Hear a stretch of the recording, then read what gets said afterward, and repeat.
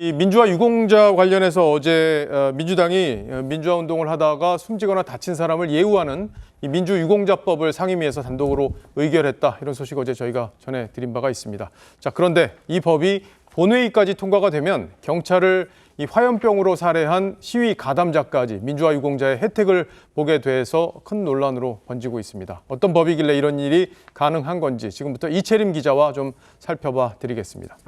자, 이 기자, 이게 어떤 법인지, 어떻게 법이 규정돼 있길래 이런 사람들까지 민주화 유공자가 된다는 건지 정리를 좀 해볼까요? 네, 이 법이 통과되면요, 혜택을 받을 수 있는 대상자 중에는 동의대 사건 가담자가 있습니다. 이 1989년에 일어난 사건이고요. 문재인 전 대통령이 변호를 했었는데요. 이 뒤에 보이는 사진이 이 불에 탄 동의대 내부 이 강의실의 모습입니다. 이 대학생들이 당시에 경찰관 5명을 감금을 했습니다. 그리고 구출하려던 경찰들이 오니까요, 화염병이나 돌 이런 것들을 던져서 경찰 7명이 사망을 하고 10여 명이 부상을 당한 아주 대형 사건입니다. 이 사건으로 가담했던 학생 30명이 살인과 공무집행 방해, 국가보안법 위반 혐의 등으로 무기징역까지 이 중형을 선고받았었는데요. 이 시위의 발단이 됐던 학교 입학 비리가 인정이 되면서 김대중 정부 때죠. 2002년에 이 관계자 46명이 민주화운동 관계자로 인정을 받았습니다. 예. 그러니까 법의 내용이 어떻게 규정이 돼 있길래 이런 분들까지 대상이 되는 건지, 대상이 되는 분들을 좀 정리를 해볼까요?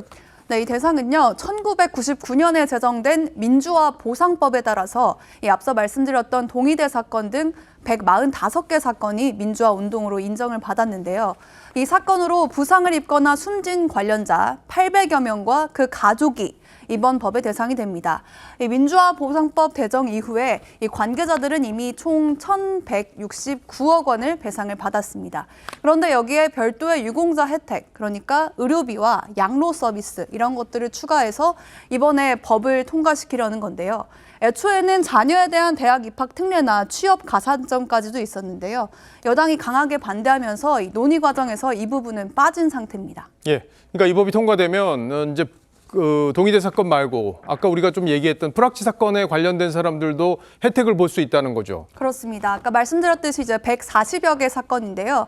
이 중에 이 1984년에 서울대 학생회가 다른 학교 학생 등 4명을 경찰의 프락치로 몰아서 감금하고 폭행한 그런 사건이 있었습니다. 여기에는 지금 현재 더불어민주당 의원인 윤호중 의원과 유시민 노무현재단 이사장도 연루됐어서 징역형을 선고받기도 했는데요. 다만 이 두 사람은 민주화운동 관계자로 등록돼 있진 않아서 이 법이 통과되더라도 혜택을 보지는 않는다고 합니다.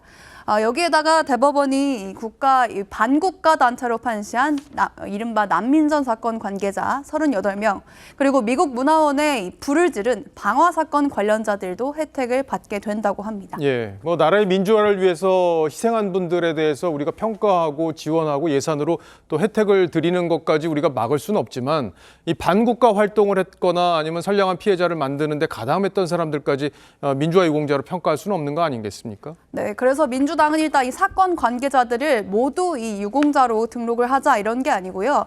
일단 입법을 하고 나면 보훈부가 추가적인 심사를 통해서 유공자를 가리면 되지 않겠냐 이런 입장입니다.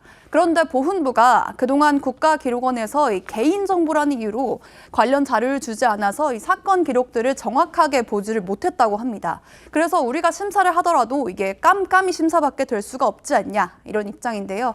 오늘 국가기록원에 확인을 해보니까 입법이 되게 되면은 추후에 자료를 공개할지 여부를 다시 검토해보겠다 이런 입장을 밝혔습니다. 예, 국민 정서에 맞는 법안인지 여부에 대해서 여러 가지 판단이 좀 다를 것 같습니다.